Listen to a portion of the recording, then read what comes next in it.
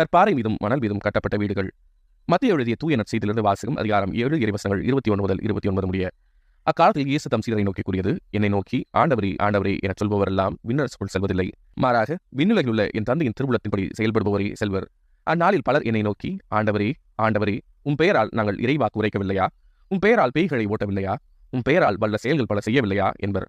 அதற்கு நான் அவர்களிடம், உங்களை எனக்கு தெரியவே தெரியாது, நெறிகேடாகச் செயல்படுவோரே, என்னை விட்டு அகன்று போங்கள் என வெளிப்படையாக அறிவிப்பேன். ஆகவே நான் சொல்லும் இவ்வார்த்தைகளை கேட்டு இவற்றின்படி செயல்படுகிற எவரும் பாறை மீது தம் வீட்டை கட்டிய அறிவாளிக்கு ஒப்பாவார். மழை பெய்தது, ஆறு பெருக்கெடுத்து ஓடியது, பெருங்காற்று வீசியது. அவை அவ்வீட்டின் மேல் மோதியும் அது விழவில்லை, ஏனெனில் பாறையின் மீது அதன் அடித்தளம் இடப்பட்டிருந்தது. நான் சொல்லும் இந்த வார்த்தைகளை கேட்டு இவற்றின்படி செயல்படாத எவரும் மணல் மீது தம் வீட்டை கட்டிய அறிவொளிக்கு ஒப்பாவார்.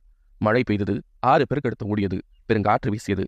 அவை அவ்வீட்டை தாக்க அது விழுந்தது. இவ்வாறு பேரழிவு நேர்ந்தது. இயேசு இவ்வாறு உரையாற்றி முடித்த போது அவரது போதனை கேட்ட மக்கள் கூட்டத்தினர் வியப்பில் ஆழ்ந்தனர். ஏனெனில் அவர்கள் தம் மறைநூல்